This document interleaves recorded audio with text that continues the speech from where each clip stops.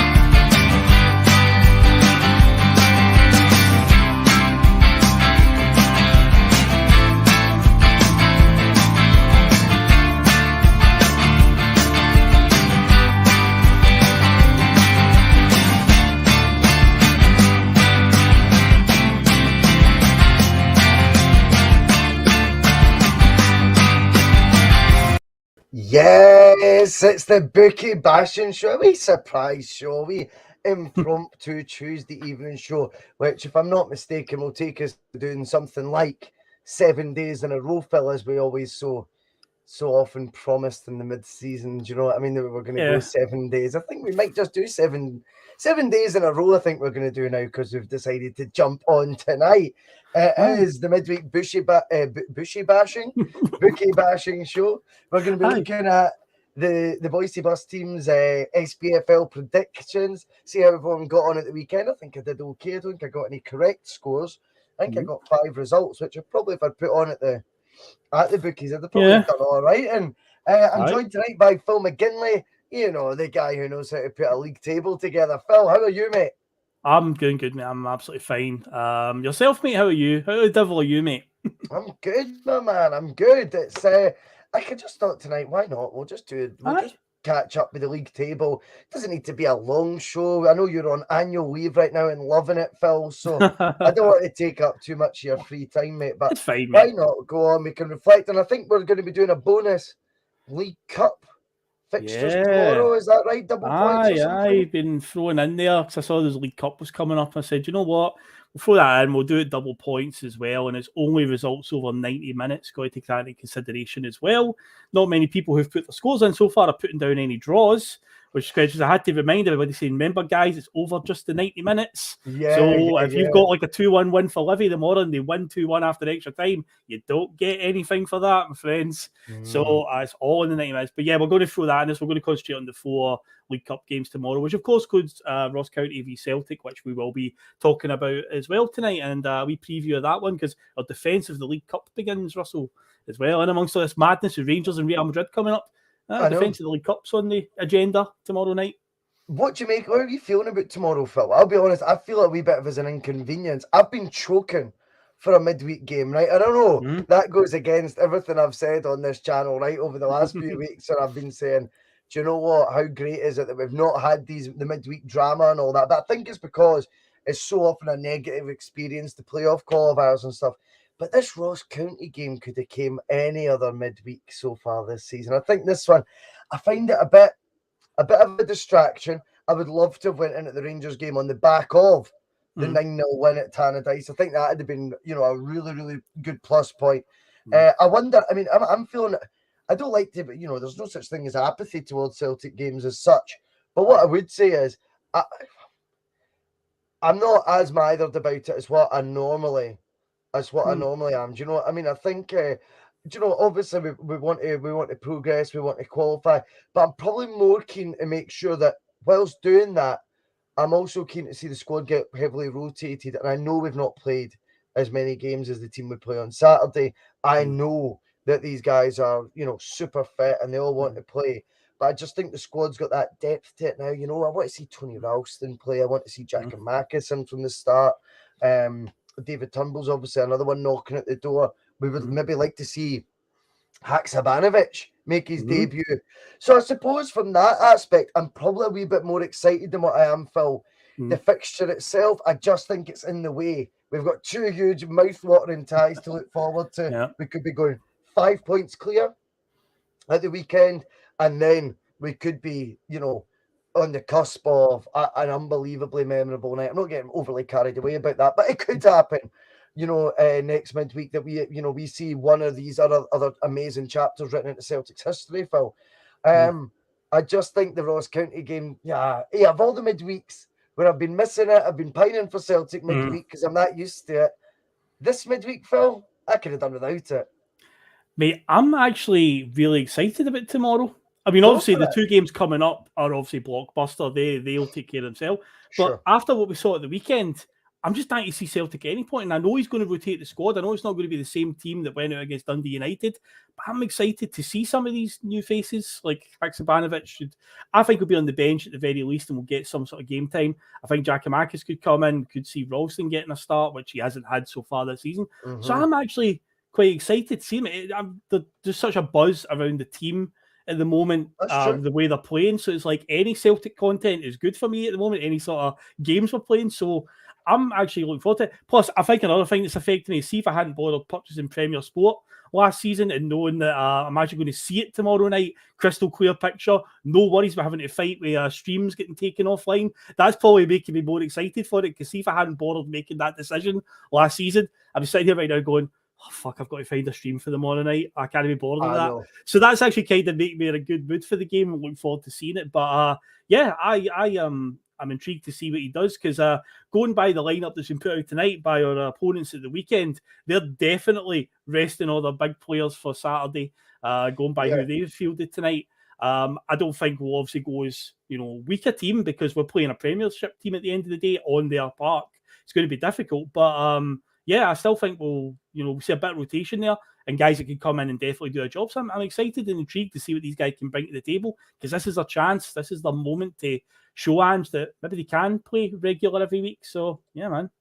I think that's what's intriguing me the most about it is the personnel changes that we make, Phil, and seeing different guys getting an opportunity in the team.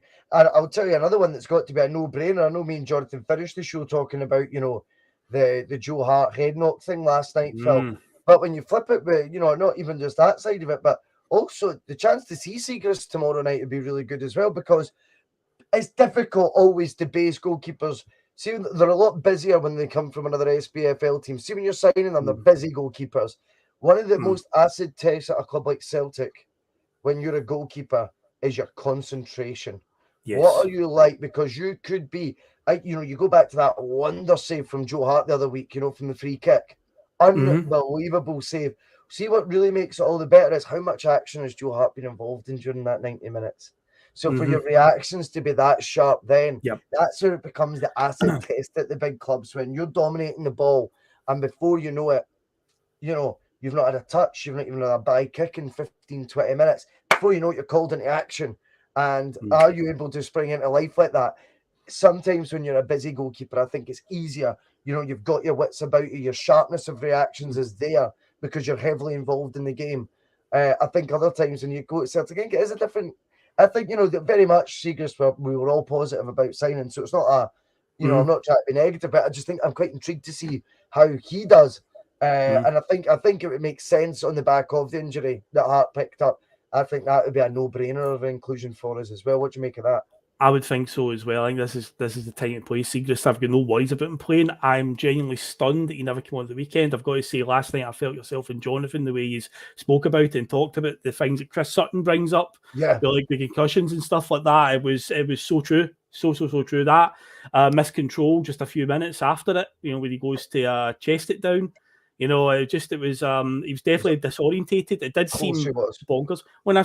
The camera zoomed in at one point on like his head or cut, and he's getting stitches, and I was like, he surely can't stay on. And I was convinced that he was coming. But I think, Phil, that's something that definitely is a decision that I think is very, very selfish from the football operation. I don't mean Joe Hart. Joe Hart's guilty of daft bravery. Right, that's all he's guilty of, and we look for that in a player. In the modern day, they get, they break a fingernail and they want, they're like that, get us off.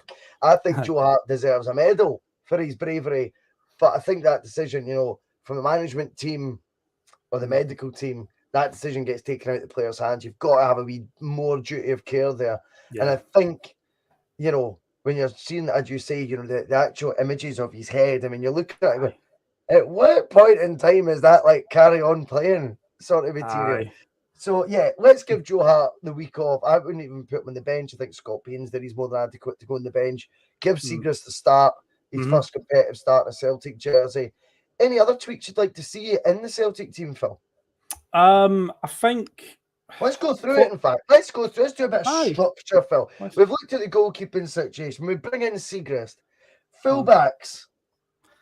It seems so easy to keep saying that Ralston to come in and get a game. I think now must be the time, surely. I mean, so far he's not even started a game yet this season, which seems a bit harsh on the lad, but I would think so. I mean, Taylor's going to start at left back. That's a given, because I just think that he's going to just keep him in at the moment. I think with Bernabei still just keeping him on the bench at the moment, I think it will still be Taylor. But that other one, that right-sided one, I want to say Ralston. I think he deserves to get a chance. So now's the time to do it. And I've got no worries about him playing there, but I'll go with Ralston, but I wouldn't even be shocked if he played Juranovic. I wouldn't even be shocked if he fielded him. Genuinely. Yeah, Ralston's not played a minute yet in the competitive fixtures this year, has he? Wow. Has he came on as a sub at any point? He's definitely started. I can't remember seeing Ralston as of yet. I think Juranovic is undoubtedly now, he's, for all the splits in the camp and all the brilliant debate we had pre-season about who our preferred option was at right back, whether you were Team Juranovic, Team Ralston. It was great debate. The undisputed number one right back at the club is Joseph Juranovic. That's been proven by the start of this season. However, it's very important that we know, Phil, we're well versed in seeing players picking up injuries, picking up knocks. It's crucial that the guy who's coming in isn't coming out completely from the cold. I also happen to think, on a tactical basis, Ralston, Ross County, not the worst idea in the world. It's not like he's not well suited to it. It's a midweek game. Temperatures dropping a wee bit. Ball might be in the air. I know Malcolm Mackay tries to play a bit of football, but it might be a fixture that you can combine both necessity to get Ralston minutes and also go, do you know what? He might actually be quite well suited to this. So I'll go with Ralston as well. I'll agree with you there, Phil. I agree with Patrick McLaughlin saying he's saying keep CCV wrapped up for the next two games. My centre-back pairing for tomorrow would be Starfelt and Jens. Starfelt gets some more minutes in the legs, and Jens seems to be a ball-playing centre-back, which is what Carter Vickers is. So it's basically, to just replace CCV with Jens, who seems to be the same type of player, put Starfelt and get some minutes. I would go with they two together tomorrow. Get Starfelt more minutes in the legs, so because he missed out in all of pre-season, so that'd be my centre-back pairing for tomorrow night. Aye, I mean, that's an interesting one. Would he do that? Do I think he would go with a brand new partnership? Good point. It's not used yet. I'm not convinced he will. I get it though. I get it. I think it might be. You might see it being Starfelt and Cameron Carter-Vickers again. I think Starfelt is definitely there to claim his jersey, but I don't know. I'll be honest. My genuine inclination so far is, and I suppose recency bias can come in, and we've been seeing that on Twitter with regards to, how good this Ange team is against the Invincibles and things. It's been landslide victories for Ange. I don't think the gulf is quite that big, if there at all. But definitely, I don't know if I'm guilty of it with Jens. I've liked the look of him a wee bit. I fancy him a wee bit more than Starfelt, you know. I don't know what. I don't know why. That's just my hunch is that I feel more comfortable with Jens there than Starfelt. It's not a witch hunt against Starfelt. I like Starfelt. Yeah. Starfelt's done a lot of good things, Phil, in his time at Celtic, and was an unsung hero really particularly between January and May last year, and a huge part of us winning that title. He was so steady. I just think every position, if you're looking to improve on it, then you can't have that, sort of sentimentality towards it, over what was achieved last season. We're in the here and now. I've seen Jens, I've seen Starfelt. I'm just a wee bit more Team Jens. My hunches, though, Ange's got a wee bit more loyalty towards Starfelt. I think it will be Starfelt and Cameron Carter-Vickers to start tomorrow. And I think it will be Starfelt and Cameron Carter-Vickers to start Saturday as well. What do you make of that? That makes sense. See, you're right about the whole, breaking up a centre-back partnership is a huge thing. I say Jens just feels like he's going to be another version of Carter-Vickers. I feel like the replacement isn't too harsh a change. But yeah, it wouldn't surprise me if Carter-Vickers gets a run out, but Starfelt's obviously the one that does need the minutes. Like, he'd be the priority one for me if I was Ange, just try and get him as much game time as possible, and I think tomorrow would be quite safe. Whoever he puts next to him, but I think Starfelt is nailed on. The other one is kind of up in the air.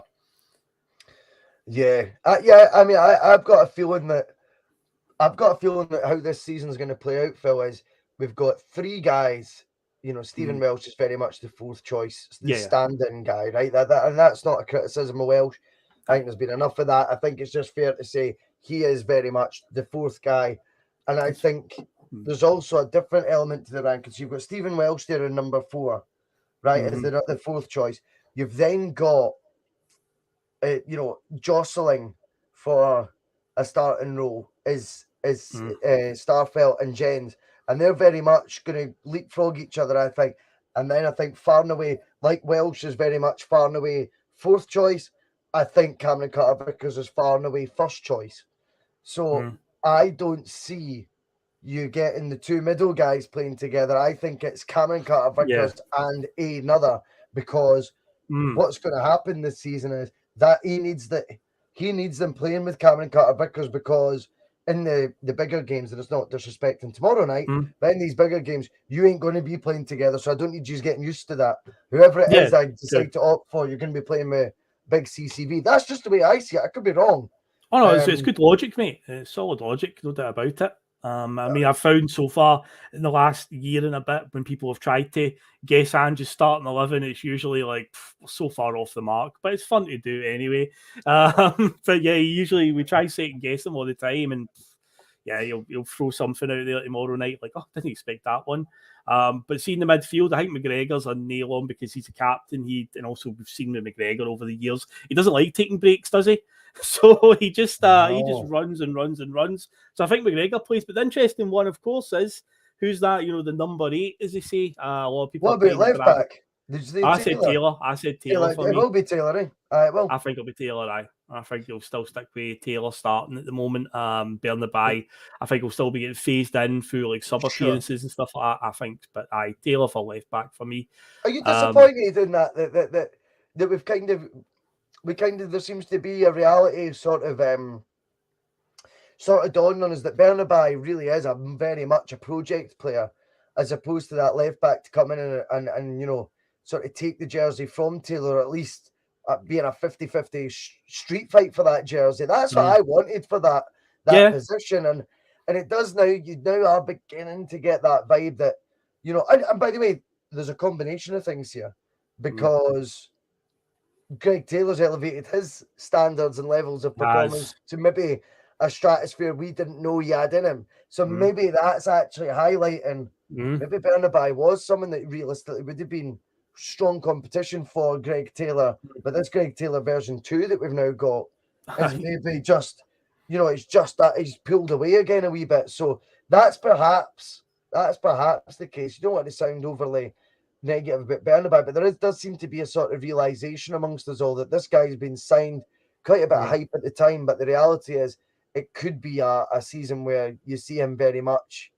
on the periphery, looking in, and Greg Taylor sort of, again, not unchallenged, but kind of unchallenged for his spot again. If I'm honest, Phil, with the position that we started this summer, with the fact we knew we were in the Champions League, with the finances there, I think we could have been a wee bit more ambitious for that position. That's just my take on it. Let's hope Bernabei is just settling into a new country, and before you know it, come Christmas, a bit like Jack and Marcus, he has that second half of the season where you go, fucking hell, there is real competition there. But I do agree with you wholeheartedly. Greg Taylor gets the nod. Callum McGregor, he's captain. He'll definitely play. And as I say, he seems to be allergic to breaks. He never seems to like to take a break. So he just runs and runs and runs like the Duracell bunny. He just keeps going and going. Even when they broke his face last season, they put a mask on him and sent him out and kept him running. So there you go. He doesn't miss it. He doesn't stop me. He's literally the definition of he doesn't stop. So Callum McGregor definitely starts. Now, see, the midfield is an interesting one because this is the game that a lot of people, as we know, have been pining out for Aaron Mooy to start. One thing that I would be aware of, though, in the middle is every time we've played Ross County in the last few fixtures, there's a hatchet man in the middle of the park named Callaghan that likes to put in really hard tackles. Yeah, great observation. A real snarler, as I call him. He gets up and gives the referee a right good snarl, and it's like, what are you so angry for? You've literally put in that tackle is 100% a booking. Could even be a red sometimes. An Alan Power type, isn't it? Aye. No, that's fine, because it's just, you've got to have somebody that can stand up to him, and the last thing we need is him to go and stick a bad tackle on one of them and put them out for the next few games. That would be a bit of a shocker, but I've sort of made a mental note about that guy, Callaghan. Yeah, he seems to like to fly into a tackle, so hopefully in the middle of the park, if Aaron Mooy does start, hopefully he's up for the fight, and hopefully he's got a bit of hard man about him, because this guy definitely likes to take no prisoners in the middle, so look out for that. But I think this is a tough one. This is probably the toughest part, because again, I think Mooy's definitely getting phased in to get a start somewhere. So if it's going to be a start, if it's going to come soon, it's got to be this game, because he's not going to start against Rangers. He's not going to start against Real Madrid. But a game like this could be the one that he comes in. So I'll say that Mooy will get the nod tomorrow in the middle, and he'll protect like Hatate, just keep him fresh for the Rangers and Real Madrid game, because Hatate's definitely his boy, his go-to guy. I mean, we saw it last year. Hatate was literally blowing out his arse at the end of the season, and he was still playing him every game. Still playing him. So I'll say Mooy gets the nod at the number 8 role, as they call it nowadays. So Aaron Mooy comes in. And I also think as well, Phil, a different member of the squad that's just joined the club and is lacking in fitness, I don't think gets that start. Aaron Mooy, though, seems to have been elevated in the pecking order, and I'm enjoying reading the feedback on his performances. People seem very, very triggered on Aaron Mooy. There seems to be a very much of a defensive blanket getting put over him by many of our fans, and there's nothing wrong with that, of course. But I've got to be honest. I think to say the jury remains out, well, in my own conscience, and to say I'm slightly unconvinced, I don't think so. That overly criticism, yet people are taking that extremely badly, Phil, and I wonder why that triggers people so much. I think there's a wee bit of denial going on there, and there's certainly some overhyping going on when it comes to Aaron Mooy. I'll be interested to see him from the start, though. I look forward to it. I hope that he surprises me, shall we say. I hope I am sitting there feeling pleasantly surprised and enjoying his display. And thinking, do you know what? He adds another dimension to that midfield that the rest don't, and maybe we'll see a skill set that I've not seen as of yet, but a lot of people seem very convinced that he's got in his locker. Phil, I think Mooy is likely to start. I agree with you. Yep. The thing about Mooy, and just to my take on it, is I'm kind of in the same boat as you. That one where I'd describe him as just a steady hand at the moment. He isn't amazing and he isn't terrible. He's just a guy that's going to come in and do a job when he's needed. But I've seen some mental tweets recently, and I hope this wasn't done in an ironic sense. Somebody tweeted the other day when he came on, he was pinging the ball about like Andrea Pirlo, and I was like, Are you watching the same game as me? Like, I seen after we beat Kelly 5-0, one of the other pods, somebody on one of those channels was saying, Aaron Mooy was so amazing when he came on. And I'm like, well, 5-0 up when he came on against Kelly. They chucked it at that point. I mean, it was quite quite a canter at that stage. Now, obviously, he came on at 1-0 against Hearts, and there are many fans that are saying that he broke up a counter-attack, which, Hearts seemed to be completely against attacking during the entire game. So there's no guarantees Hearts were going to score. But anyway, apparently he broke up a counter-attack, and about 30 seconds later we scored from that. And then I say the other day, you've got people tweeting saying things like he was playing like Andrea Pirlo. Well, we were 7-0 up against Dundee United at that point. 7. I think we need to be realistic here. Yeah. There's going to be people that are going to just defend blindly. There's going to be people that say Aaron Mooy was a masterclass because they want loads of likes on their Twitter page or their Facebook page, and it's a popular loving thing to go for. All I've said, and I thought the signing was underwhelming. That's not JT. I can see in the comments there say a lot of people wrote Mooy off. Not wrote him off. I said I found the signing underwhelming, considering Celtic's budget this summer, considering their revenue levels, considering the profile of Aaron Mooy having not really kicked a ball in the last 12 to 18 months, his age, the fact he was a free transfer. I stand by that. It was an underwhelming signing.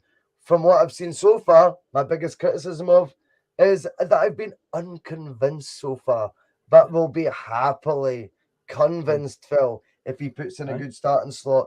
But anyone ranting and raving about him, either way, saying he's been terrible or saying he's been amazing, both those opinions deserve put in the bin. It's been very much a packet of plain crisps for me so far from Aaron Mooy. I just don't see where, even if he comes in tomorrow night and plays pretty well, who does he dispossess on the regular starting 11 to start a week? Because we're getting told how he's world class and all that, and it's like, was he going to replace McGregor? No, he's club captain. He's definitely going to replace Atati for the reasons I just told you. He's definitely Ange's go-to guy, and he ain't going to replace O'Reilly because even though people are saying he's more of an attacking midfielder, because his age is getting on a wee bit, I don't think he's got it in him to play at the number 10 anymore. I think he would play a bit deeper. So it's like, are they midfield three? Who's Mooy going to end up playing 30 games a season ahead of? He's just going to be a guy that's going to be on the bench. He'll come in and do a job when he needs to. As I say, he's just a steady hand. He's adequate.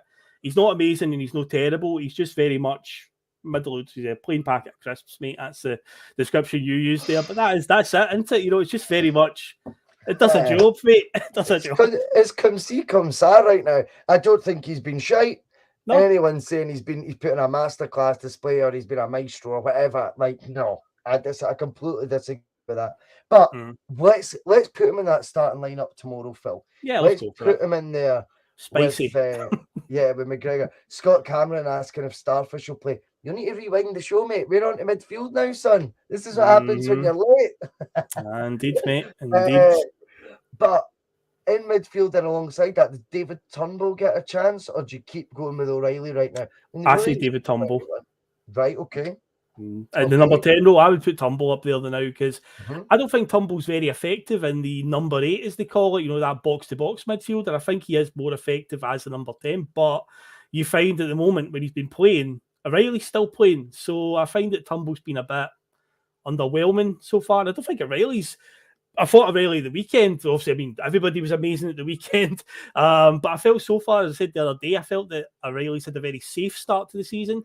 I don't think he's been the level that he was last season. He's not been terrible. He's just been very much middle of the road. But there's been a lot of exciting stuff going on. Maybe he just went unnoticed. It's like the old Joe Ledley role that we used to talk about, where he does a lot on the park, but you just don't even notice it at the time. It could be one of the things. But I would say probably keeper. O'Reilly's definitely the starting guy. He's like the first choice. So again, with the fixtures that are coming up in the next the next 10 days, I would say give Turnbull a start at the number 10 role because that is his more natural position. And That's true. Aye. That's true. It is his more natural position. And do you know what? I think we need to remember with David Turnbull, again, guilty of being one of those players who, when they're out, didn't get better in his absence, got worser. I love that word. It's not even a real word.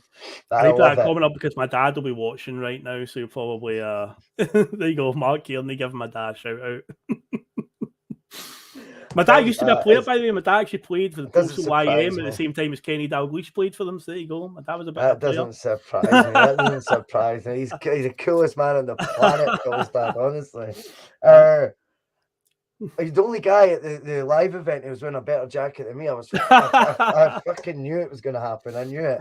I had my money. If anyone was going to wear a smarter jacket than me, it'd be him, and he did not disappoint. But the thing is with Turnbull, like I say, he's one of those players who went out injured, Phil, and quite often absence makes the heart grow fonder, and these players get better, Phil, when they're out. Yeah. In Turnbull's case, it seemed to, how's he going to get a game? I think Ange has a hell of a lot of faith in David Turnbull, and I think the first half of last season, Turnbull kind of repaid that. In a team that was a wee bit stop-start initially, a lot of goals there. A lot of goals from Turnbull, a lot of assists, good contributions, do you know what I mean? So, definitely, David Turnbull's someone that's going to get plenty of game time this year. And I think you're right, tomorrow's a brilliant opportunity to do that as well. Whilst O'Reilly's obviously very much in fashion right now, he's in vogue, David Turnbull will, not mind that at all. He'll take on the challenge of trying to get that jersey back. And obviously Turnbull's proven as well that it's not just a number 10. He can play in Ange's system. So it'll be very interesting to see how Turnbull does this year once we start reflecting on it come, next summer, how often how big a role he actually plays. I think some fans might be surprised at how much game time David Turnbull just gets this year. I think he'll get plenty. Tomorrow night, perfect opportunity for him. Aye, without a doubt. I think a lot of people do forget the numbers that he put up in the first half of last season. He scored a hat-trick quite early last season against St Mirren, one of the games we absolutely routed teams in the first few home games. Also, by the way, it's a Juventus shirt I'm wearing, not a St Mirren shirt. I saw a few people saying that. It's a Juventus. It's a 1985 Juve one, like Michel Platini era type of. That's cool. It's a 1985 Juve or something like that. But yeah, it's just saying with Turnbull, I'm sure there was a game last season that he did put a hat-trick in against St Mirren 5 or 6-0 in one of the first home games, and I did, and then it was only the injury in the League Cup final that put him out for a wee while. But no, he's definitely repaid the faith that Ange's put in him. I felt over the time that Ange's been here, definitely. He stepped up, and that team was struggling at the beginning of last season. He played beyond his years as well. You forget how young he is, and see the injury setbacks David Turnbull's had in his career as well is unbelievable. Yeah, I think he's someone who his numbers don't lie. And Ange is all about that in this squad. As he knows, he wants goals and assists all over this team. David Turnbull's the epitome of that. Big shout out to Mick Dunlop coming in the chat as well. He's only just found the Bhoycie Bus last night. So he's tuned into his first live show, and it's his new favourite podcast. Hail to you. Yes. We love that, Mick. You're our new favourite viewer, Mick. That's what you are. Thanks for the kind words, pal. And welcome aboard the bus, mate. You'll never look back now, mate. You'll never look back. We're on a road to nowhere. Phil, that then means we now need to start looking at the wide areas, and this is where we speak about so often. The options are endless that we've got, for the wide areas. Phil, do we put Jota and Abada and Maeda on ice and go with Forrest and Hacksaw? Could that happen? Or would this be now verging on too much wholesale changes for one team? Haksabanovic, I think, bench. I think he's come on as a sub. I don't know if I'd throw him in right away because I'll be honest, I'm not privy to how much game time he's had recently for Ruben Kazan. That is a bit of a spade-painted Blackburn top, actually. It's a tribute to Chris Sutton. That's what it is. It's a very artistic tribute to Chris Sutton. But yeah, I'd say I don't know how much game time he's had with Ruben Kazan recently, so I'd say maybe bench for him. But what I would do tomorrow, I'd keep Abada in the team because obviously he's been in good form. But I would play Giakoumakis through the middle and Maeda on the left and keep Jota and Kyogo as safe as possible because I think that front three is more than adequate enough to do some damage to Ross County. If Abada doesn't start, if James Forrest comes in, so be it. But I think with Abada, the form he's been in, given he came off the bench most games, and finally gets a start at the weekend and scores a hat trick, I think keep him in. Let him, continue that momentum. But yeah, I say to get Giakoumakis in for a start, and I think Maeda coming in on the left, and it keeps Jota and Kyogo safe from the Callahans of this world to try to kick them. Hacks off the bench. I would say that's the best place off the bench because I'm not privy to how much game time he's had recently. So if he's came in and like a much. Then, given the situation in Russia with our football teams and players wanting out of clubs and stuff, I don't know how much he played. So, yeah, I would say probably put him on the bench and then bring him on from there if possible. Yeah, I mean, absolutely. I mean, Phil, see when you even say that, though, I mean, Maeda, Giakoumakis, Abada, It's a tidy front three, mate. It's a very tidy front three. I know. That's a tidy front three, and that's you taken out of the team. What is it? 6 goals, 1 assist for Kyogo so far this season, and 3 and 4 for Jota. 3 goals, 4 assists for Jota. So that's 7, 13, 14 goal contributions you're taking out the team, and yet the front three still, as I say, sounds pretty spicy. It's amazing. And then you'd be bringing on into that equation a guy with 96 Celtic goals, or bringing on a guy that we wanted to sign, last summer, who cost 5.4 million, that we've got on a cut price deal this year on a 5-year contract, and another international player.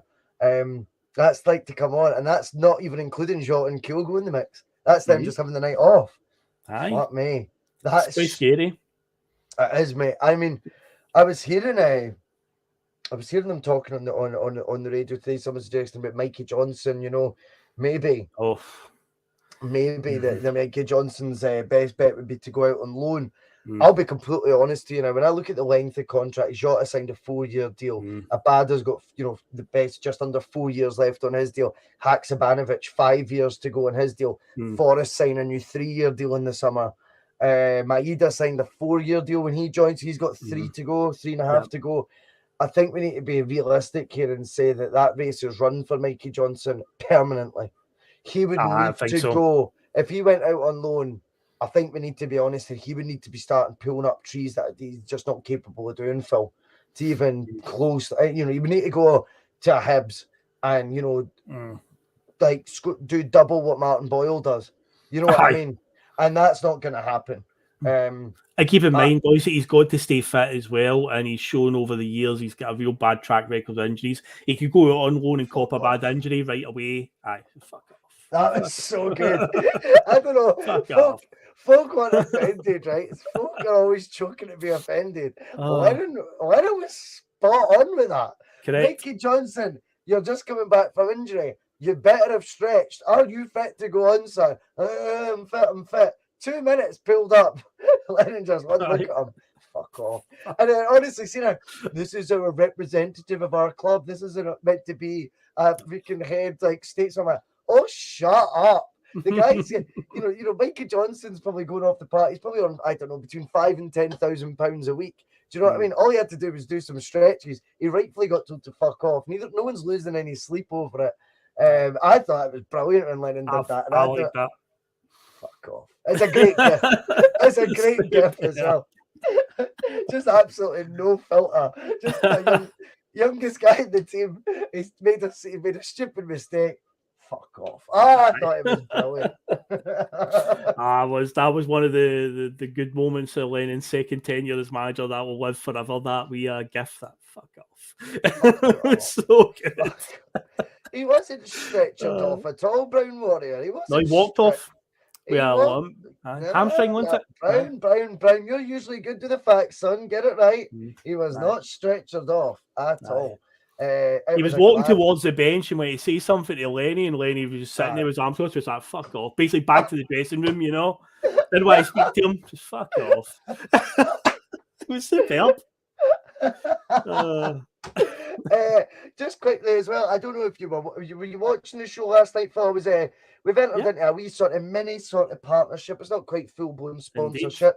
Indeed. with I'm trying to remember their name now. Hoops Raffles. Hoops Raffles. They launched their new raffle onto their Instagram page today, and they got in touch with me saying that after our teeing and promoting of it, they've nearly sold out of Yeah, good stuff. tickets already less than 24 hours. So I think there's a lot of excitement at their end that they're promoting. So a big thank you to anyone who watches the bus or is part of the bus team that has purchased the ticket. If you do want to check it out, I've put in their wee link at the bottom just because I'm sound that way, mate. And I'm giving them a free mention tonight, Good stuff. But good luck to them with all the future endeavours. And hopefully it's something that, they'll want to work with the Bhoycie Bus as well going forward. I like-minded people working with the bus.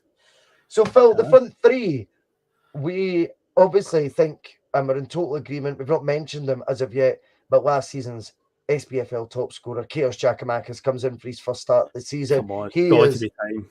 Yeah, it's time for chaos, mate. I'm fucking ready to see some chaos, mate. I am.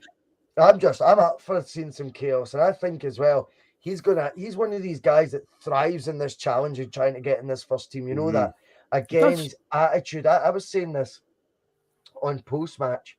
You know, the attitude of Abada really impresses me because he's young. He knows he's got shooters probably down south already. He'll have agents in his ear already telling him, yeah, Palace's interest was serious, or, for example. I think he comes in, mate, with a level head on his shoulders. He accepts, but he's been left out the team a bit. But when he comes in, what an impact he makes. The right attitude.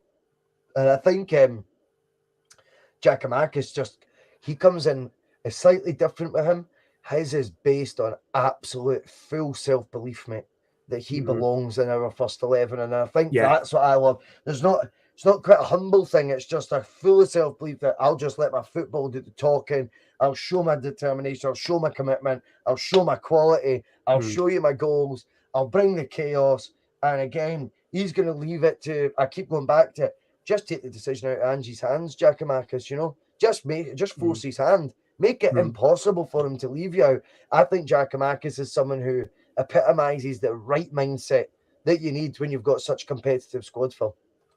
Oh, definitely, man. He's I just love the fact that he scored 2 goals so far this season. Came off the bench, because one of them being an overhead kick as well, which when he did it on the last day of last season, he goes for just the impossible, not the impossible necessarily, but he just thinks he goals, mate.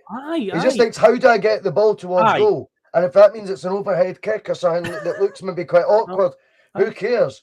All his interest in is the balls with the ball in his vicinity, Phil. It's how do I get that towards the goals? That's it. Just get it on target. I believe most strikers only score like one overhead kick maybe in their career. There may be some out there. He scored 2 in a matter of months, one at the end of last season and one against Kilmarnock a few weeks ago. And it's like, he just goes for it, man.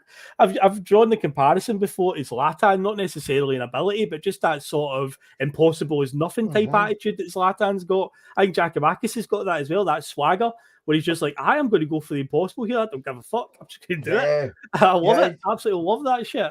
So I think it's a good point. You could see him doing one of those, like, those back heels that he does in mid-air, Zlatan, and that. You go, how did you even think of that? Like, do you know what I mean? Like, we covered one of the nostalgia shows, Phil. There's Scott Howe saying, fuck this, I want nostalgia twice a week. All right, there you go. Oh my God. This Friday, Scott, Ronnie Dyler's first season coming this Friday, mate. So there you go. Interesting. That'll be quite intriguing to see what everyone's take on that, and whether history is going to be kind to Ronnie or whether it was quite an underwhelming period in Celtic's recent history. I don't know. That'll be very interesting. Obviously, a few important players though for Celtic got their introduction under Ronnie as well. KT, Cal Gregors, etc. I'm sure they'll be speaking about them. Yes. What was I saying there? But I think Giakoumakis has one thing on his mind, and as Sean the Mac says, just let the big man loose. Anyway, that's how we see the team. So we went, Phil, from you saying you don't think there'll be that many changes to basically we've got a new first 11.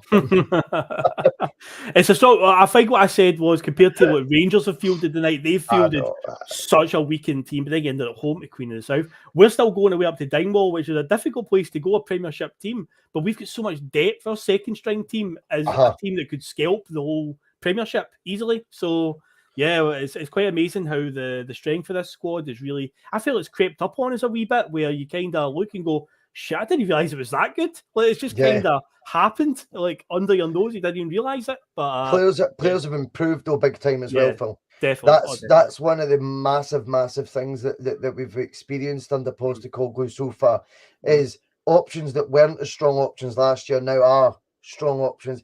Giakoumakis at this time last year hadn't even signed. I think he signed on the 31st, was it? Or the first? It was deadline day. We had the picture with Jota, Carter Vickers, and Giakoumakis all posing. That's a moment in time. That's a moment in time. But Giakoumakis, I mean, again, I loved his performance. I think it was Ferencváros when he came on the last half hour. I loved his link-up play. I liked the cut of his jib. Then against Livy, he hadn't really stood out that much. And, of course, he missed the penalty, which, again, if people think I'm quick to judge Aaron Mooy, let me assure you, I'm only saying I'm unconvinced. You know, a lot of people were bedwetting about Giakoumakis because of a missed penalty, which I seen Henrik miss several penalties in a Celtic shirt, you know. Yep. So that, you know, that wipes that argument out. But Giakoumakis obviously came to the fore in time, Phil, and you know, what a second half of the season he had. He's going to be a massive player again this year. But Phil, we'll get to the SPFL Predictor League table because yes, we shall, mate. We shall. we will have some fun with the League Cup this week. The Bhoycie Bus team are going to be, well, I think we've all got our predictions in for tomorrow night. We didn't do tonight's predictions, did we? No, I just picked 4 of the games. And Four tomorrow, plus, the games that are on the morrow are just better because the night you've got teams like Falkirk and Annan and that are playing. I'm not exactly privy to their recent form. At least I can relate more with tomorrow night's fixture. So we're just doing 4 games. So it's double points. So if you get a correct score, bang on, it's 6 points. And if you just get the right outcome, if you don't get the score, it'll be 2 points. And of course, it's all got to be in the 90 minutes. Now, Russell, I have got a league table for you. And the last time you showed this, your brother was top of the table, but it's all changed, mate. Somebody new's at the top of the table, mate. So let me know when you can see that.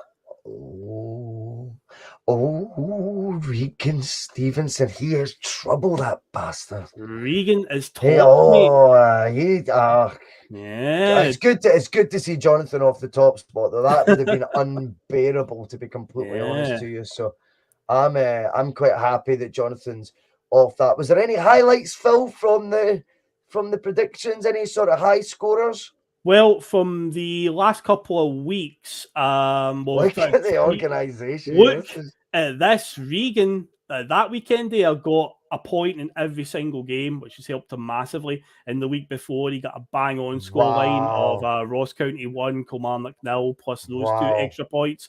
Got him some positive. Now, I've got to say, unfortunately, at the weekend there, Liam Collo originally had put in a prediction of a 0-67 to Ross County. Didn't quite come in. He did put in 0-1 as well, so I took the 0-1 more seriously.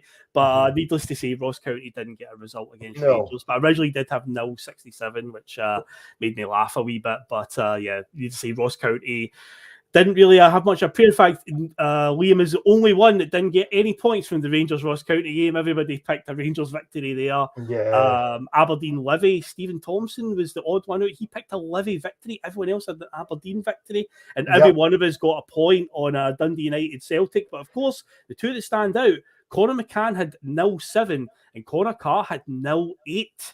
That's and we laughed when they put them in the chat. I remember there was genuinely like a few people went, "What? Are you crazy?"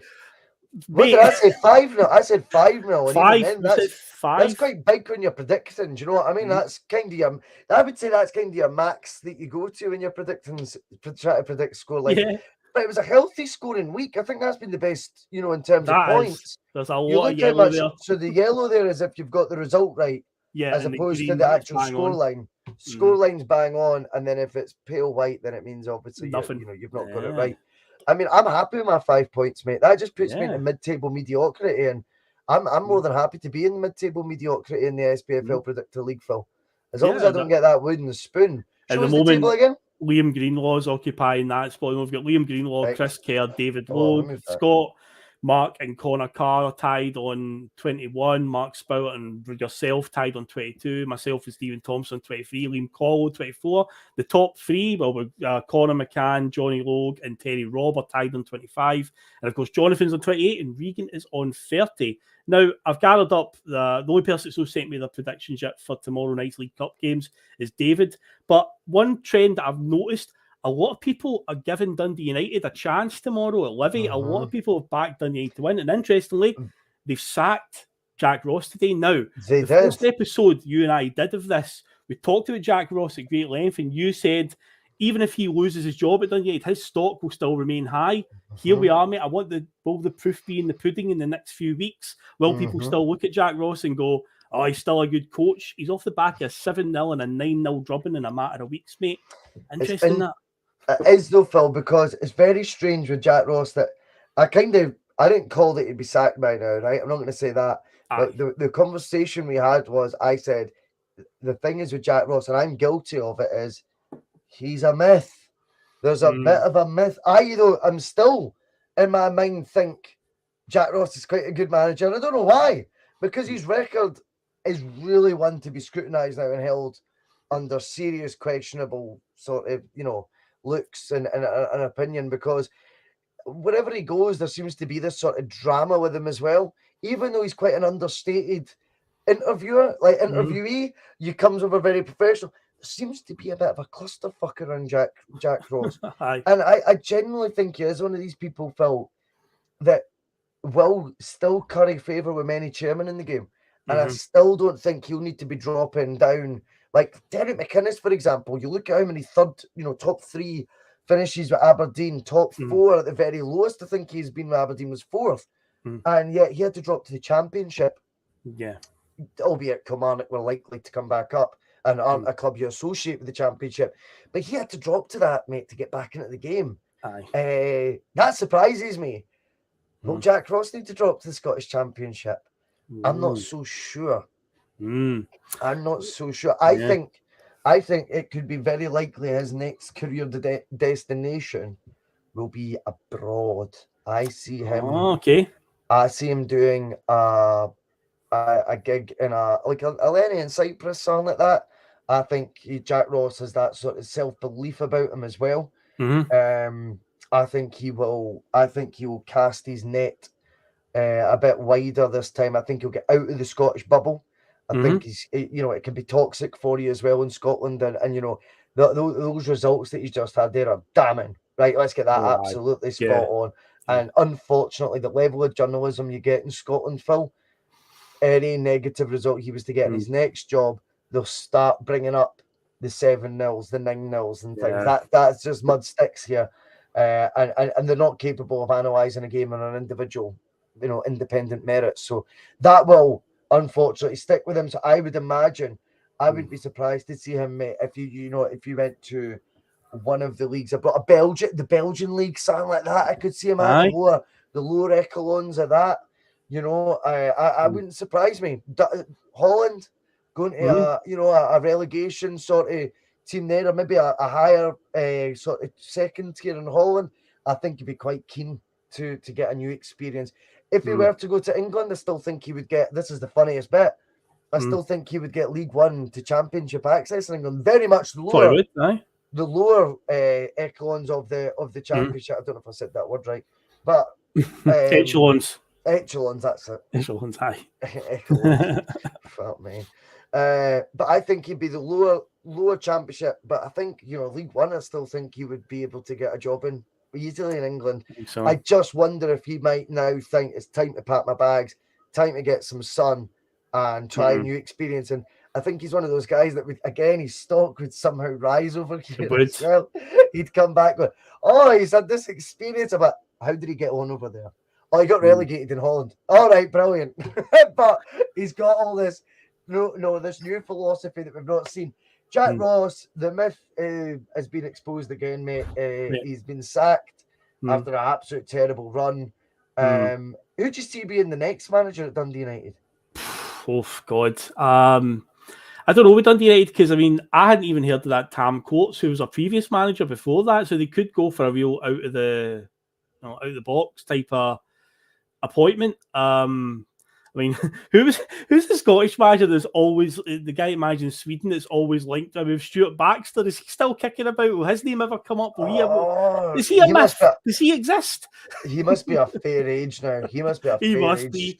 Champ manager 99-2000. He was managing AIK Stockholm or something like that, wasn't he?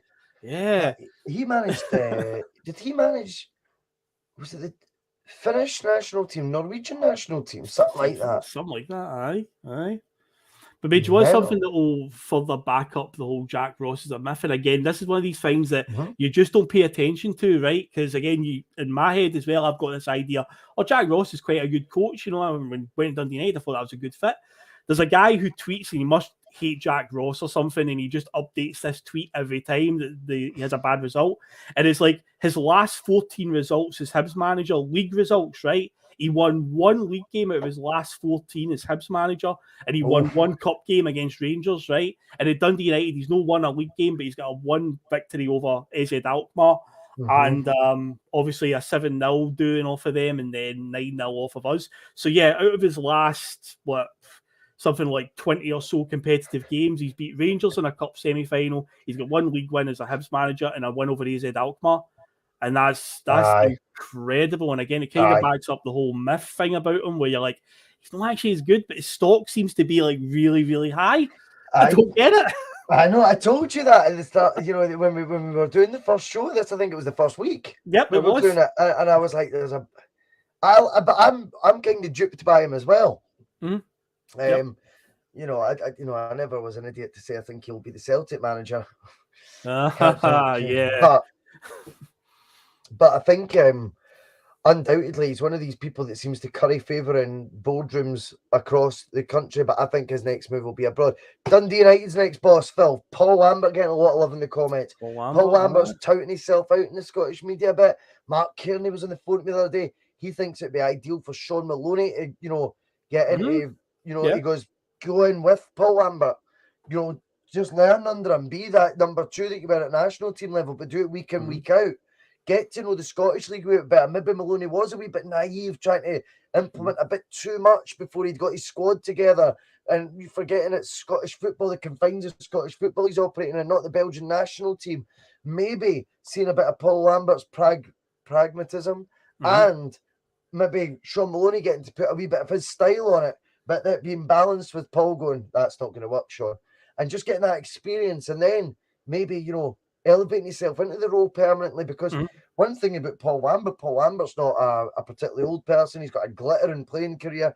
His managerial career is very much peaks and troughs, in my opinion, Phil. I think he's had some really, really good moments in his managerial career and some really sort of underfulfilling ones. But again, I think Paul Lambert's only 1/3 or 4th finish away in the SPFL to be catapulted back to the English Championship again. I really do think that. So, yeah, I think Lambert Maloney would be a very, very interesting combo at Dundee United. The other name, though, of course, that's cropped up back up again. It was like the Motherwell earlier on. Duncan Ferguson, former played with Dundee United. He played with them. Yes. I mean, I wonder. I mean, I think right now, whatever it is they're going to go for, they're going to need to go for someone who's got a set of cojones, I think, this time. That's, you know, it's slightly different. I think, you know, it's interesting when you look back now at Tam Courts' decision to leave, Phil, because you look at Tam Courts leaving for the Polish league and you thought, just qualified him for Europe.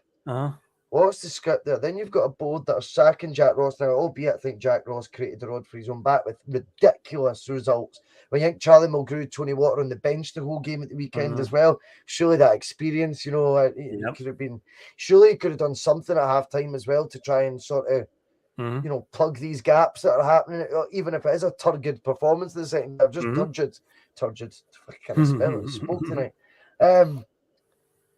But to then, from 4-0 to concede a further 5 in the second half, that's what's fucked it. But realistically, you know, that board have pissed off Tam Courts to a level that, you know, even though he's qualified for Europe, he wants to get out and try his luck in Poland, where I can't imagine he knows much Polish.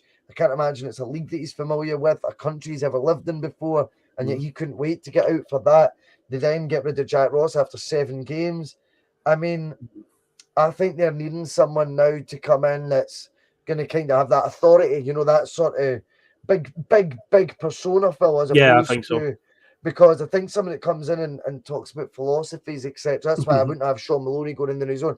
I think the Dundee United board have proven themselves to be people that maybe don't suffer much of that and might be quite impatient towards a philosophy taking its time to play out.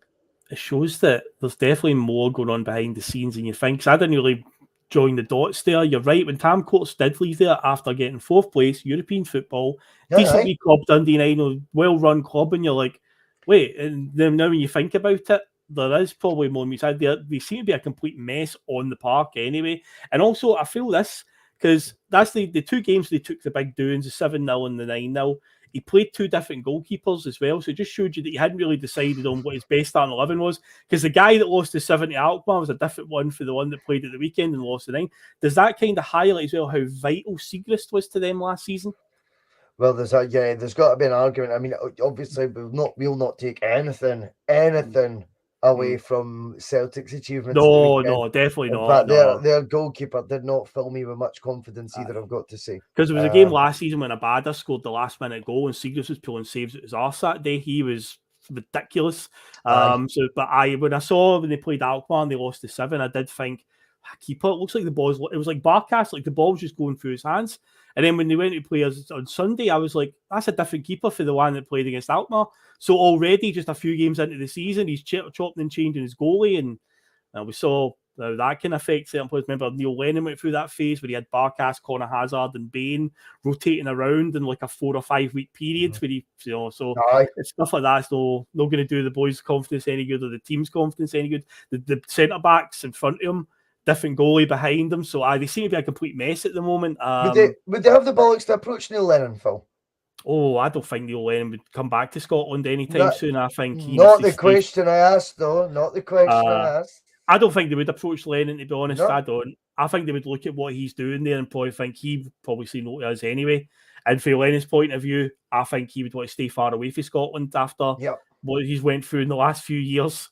And I think it'd be wise him because he's doing well. I'm not going to lie. I'm looking forward to watching that Europa League Thursday whenever it's on, where they play at Old Trafford. I'll definitely tune into that Box office, mate. I can't wait to see that. I think it'll be hilarious. Office. Imagine if you did that Barcelona trick again. That would be just quality. I would love it. Hey, Man United are a bit iffy this season. You never know. I would love it. And do you know what? I'm delighted that Lenny's managed to get them through. And by the way, Ghent was tough. And he beat them 2-0, 2-0. I know that I've seen that they lost, though, just the most recent league game, so I'm a bit disappointed in that. Phil, next game for me. The next game, so the fixtures that we've got are obviously Killie and Hearts are playing Kilmarnock at Tynecastle, and Motherwell are playing Inverness Cali at Fir Park. Now, you've went for 4-1 to Hearts against Killie. I went for a 1-1 draw after the 90 minutes. I think Hearts won't be that bothered about the League Cup. I think their priority is to get as high as possible in the league, and they've got European fixtures coming up next week. So the last thing they need is a League Cup game now where Kilmarnock might, injure a couple of their players, and then they're missing for the first Europa League conference game next Thursday. Because they got Fiorentina in their group, didn't they? That's a bit of a big fish coming to town there. Fiorentina, decent team. You talk about those games, Phil, that you don't want to miss. And you think on a Thursday, not up to much. I think Hearts Fiorentina is a game that turning on the box would be something that would be quite appealing. Similar to Manu Ammonia, I think. I definitely do. I think that would be a game that Hearts Fiorentina at Tynecastle. I think that would be quite a good watch. Right. But no, I've went for them. Overall, we're just doing the 90 minutes anyway, so I don't know who will end up winning the game overall if it goes to penalties or the extra time. But I've went for 1-1. I think Killie will dig in there, but it's anyone's game after that. So you've went 4-1. The general consensus across the board is mostly Hearts wins. In fact, Conor McCann's got a Killie win. Mostly Hearts wins. Connor Carr's went for a Killie victory as well. So's Chris. So that's with the Livy Dundee United game. As I say, there was quite a mixture. A few people giving Dundee United a pair. I've actually got that for 1-1 as well after 90 minutes. I think that one will go to extra time. But we've got you've said Dundee United win. Jonathan 2-0 to Livy. I went 1-1. Regan's went for a United win. Conor McCann, United win. Terry, United. Mark Kearney says Livy. Liam Cole says 5-0 to Livy. Oof. If Jack Ross was still in charge, maybe. Scott Cameron 2-0 Livy. Liam Greenlaw 1-0 United. Connor Carr 2-1 to Livy. Chris Kerr 3-0 to Livingston. Johnny Logue 2-1 Livy. 3-2. Wow, that's a bit of a thriller from Mark Spowert. Livingston 3-2 and 2-1 from Stephen Thompson for Livingston. So I'd say it's betting mixed bag. Few people giving Dundee United a prayer, maybe after their managerial I just think that do you not think that happens, Phil? That bounce back ability thing where you just go, those players are taking the piss. Do you know that? Do you know what I mean? Because it'll be. It's so you've seen it so many times. My 4 results I've stuck, Phil. Obviously, we do advocate gambling responsibly. I stuck £1.50 on my 4 results, not exact score lines. Right. And it comes in at 9.44 to 1. So you don't get much back for that, just under 10 to 1. Okay. So I think my bet, that's probably the most realistic bets I've ever placed on the. You've got a 2-0 to Celtic against Ross County. I've got 2-0 to Celtic against Ross County. Now, the Motherwell Inverness game, because Inverness are outside the Premiership, exactly, I'm not too briefed on how their form's doing at the moment. Everybody's went for a Motherwell victory in that one. Stevie Hamill seems to have been proving us wrong, because we were talking about how uninspiring it was, but he seems to have got some decent results so far. You know, he beat Aberdeen at Pittodrie. A couple of interesting scores. Regan has went for 5-2 to Motherwell, where that one's came from. What sort of a prediction is that? And Regan's top of the table, so maybe he knows something. Maybe he knows. To say that, mate. I mean, this is what separates the best from the rest. Big Regan with the bold. The Boulder one, though, there's one Boulder score on there. Stephen Thompson is the only person that's picked Inverness Cali Thistle to get a cup set there, mate. There you go, Inverness going down to Motherwell, winning 2-1. Double points he would get. Maybe he's thinking that. Maybe he's thinking, you know, if I'm the only one that gets an Inverness victory, at least I'll get 2 points out of it. Everyone else will get nothing. There you go. That's a great. It's great to see. League Cup, Phil, where do you stand on it as a whole as a competition? It's one of these ones that if we win it, it's great. If we don't win it, I'm not one of these guys that goes, it's only the League Cup and whatever, because I want to win everything in Celtic. It's the one that we can afford to lose. If we're going to lose a cup every season, the League Cup is the one that we can afford to lose. It's not one that's the high priority. But yeah, I don't have a tarnish it, because at the end of the day, I view it, it's quite important where it's positioned in the season at a really valuable point, because I said this last year when we won the League Cup at the time. It's just before the mid-season break, or just going into the Christmas period, and you get that trophy on the board, especially for Ange last season. It was his first trophy, so it gives the players a lift, because for a lot of those players, that was their first ever silverware that they won. So again, it can be a really crucial. I think it was years ago down in England, Jose Mourinho put a lot of emphasis on the English League Cup, because up to that point, for all my lifetime in England, they always looked down their nose at the League Cup. It was always like, don't care about that. But when he went to Chelsea, he was like, he valued it, because the final was in March, right before the crucial run-in, and he always was like, always going for it. And you look at Man City now, they've won it like 5 times at the last 6 years, and they've also won the title 4 times at the last 5 years. So, and again, obviously in Scotland, we seem to chop and change the dates of the League Cup and move it from before Christmas to springtime. Turns out this year it's going to be back in the springtime again, so it's right before the run-in. So it would be crucial to pick it up. If we don't win it, obviously, it's one we can't afford. Is the final in springtime this year, is it? Yeah, they've moved it. The quarterfinals are sometime in October, and then the semi-finals and the final will be set in 2023. So it'll be around about March again. Aye, so that's not a permanent thing, though, is it? No, it's just they've moved it back there just this year because of the World Cup. Aye. But it can be a good springboard for your season. Basically, it can work that way. I'm all for the format with the group stages. I think that's a brilliant way to kick off the season. I think it saves a load of meaningless pre-season friendlies for lower league clubs. It might get half a payday for like someone like my hometown originally was still in Albion.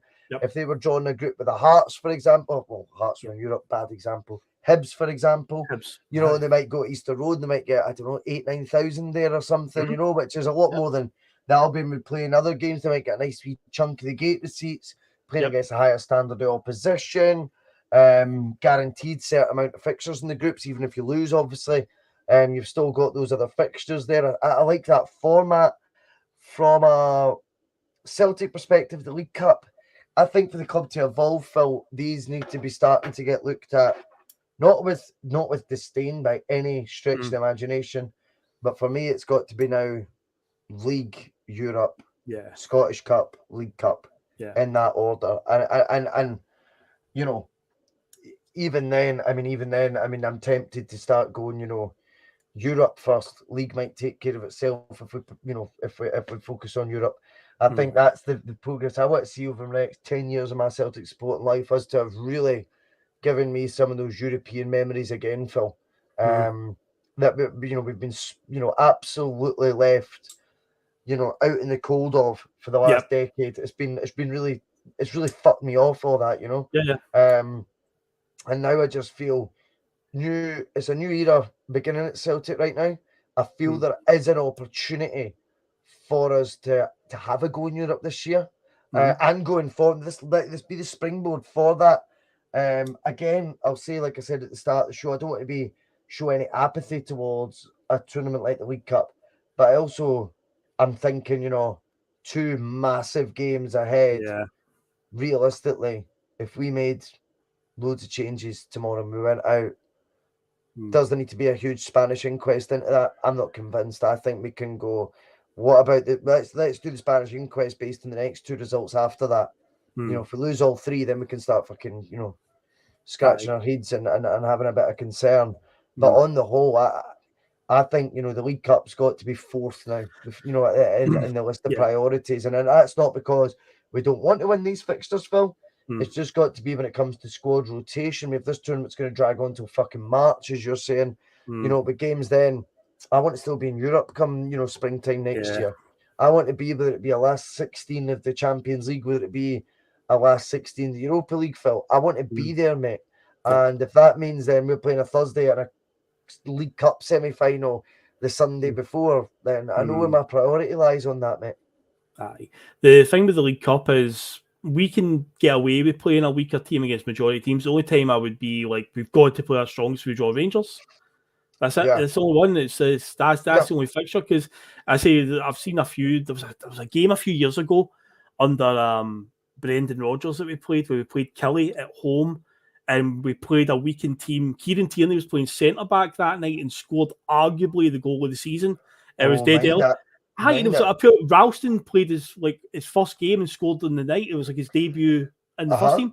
And it was like that was Kilmarnock that came to town, and Kilmarnock played most of their first team, and we played like a second strike team. I remember Kieran Tierney unleashed one for about 35 yards in the first corner.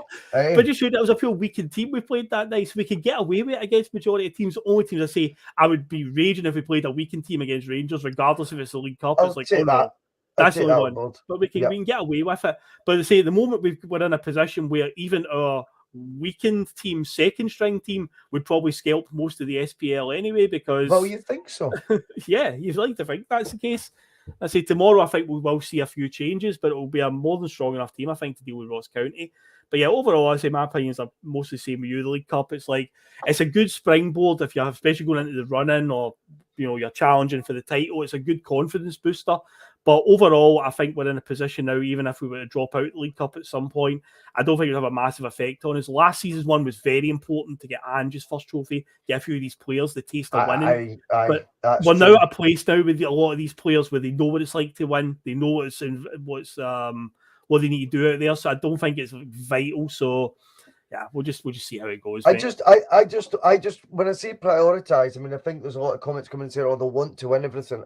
Of course they will. Of course they will. No one's disputing that side. But what I'm trying to say is, I felt last year, had we went out in the League Cup, there'd been a lot more upset supporters than what there was to us going out to Bodo Glimt, and that's got to flip this year, in my opinion, Phil.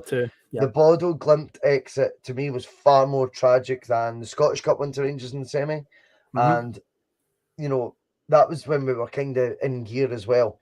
Yeah. I look at that disappointed me, because the second leg, we played the second string team. If we're able to do that in knockout phase tournaments, that tells me our priorities weren't the same as what mine are right now in terms of competition. We're going to give it the first season, though, past that Andrew just all hands on deck on winning the title. Fine. This year, I don't want to see us, even if we're 2-0 down from a home leg, if we were to qualify for a knockout phase, playing fucking half-arsed teams, mate, in Europe. Europe's got to start meaning more. Not just making the party, mate, competing at the party. That's what I want to see. And tournaments like the League Cup, brilliant to win our millionth League Cup. Of course it will be, but I'm not going to lose sleep over it if we don't. Phil, that is 9:45. It has been great fun tonight having you on, mate. It was good to go through what we expect the Celtic team to be, or maybe not, and just have a wee chat about players that have been out in the cold for a wee while. It was good to catch up on the league table and see Regan at the top of the league predictors. It's double points though, and we will be refreshing everyone's memory. We'll probably do a bit of that on the TNF. Hopefully, Connor McCann will be joining me and Mark Kearney on transfer deadline special TNF, mate. Well, yes, there will be a bit of gossip about that as well. But Conor McCann is abroad, so it could be our first ever live from Spain podcast from TNF regular Conor McCann, which would be pretty cool. Friday, Nostalgia, Ronnie Dyler's first season. Yeah. How does it look now the dust has settled? Phil will be hosting that. Connor Carr's joining me in that one, and Liam Mobb is coming on. I always try and get 3 or 4 at the most. I think I'll probably stick with the 3 on this one. I think there's enough good. That's cool. Because the thing is, when I'm doing these nostalgia ones with the series, I've got to take into account the age of the contributors. So I was like, right, I know that Conor McCann, like last week we did the 95-96 season. So it was like, right, Conor McCann is 25 years old. So I can't ask him on. So I'm trying to get Conor McCann on as well. But he's always doing night shift. He's away on holiday. But when I was looking at it this week, I was in 2014-15. I was like, Ronnie Dyler, it's not that long ago. Although sometimes when you say it out loud, it actually does seem a long time ago. 8 years. Mental. I think we're at a stage now where we can sort of reflect on what the legacies are that season, what the aftermath was, the good and the bad. Yep. And we could probably judge it now as, with having there been 3 managerial appointments now since Ronnie Dyler. I think that gives you good ground to sort of contrast and compare whether he was the right or the wrong appointment at that time.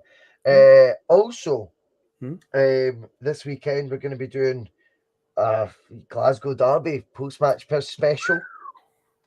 Saturday I'm off work, so we'll be kicking that off around 3 o'clock. Expect that to be pretty lively. And then on Sunday, well, let's be honest, Phil, if we get the 3 point Saturday, I see a Sunday sesh, mate. What do you think? Oh, it's been a wee while, mate. It's been a while. I think if we get that result Saturday, we'll do the normal post-match pitch the Saturday. And then the Sunday, it could be 6 or 7 of us on for an old school, Bhoycie Bus Sunday sesh, because we have not done that in a while. Yeah. Anyway, though, as for tonight, it's been great fun, as I say. Thanks again for your efforts, Phil McGinley. Always great to get a wee banter with you, mate, about the Celtic.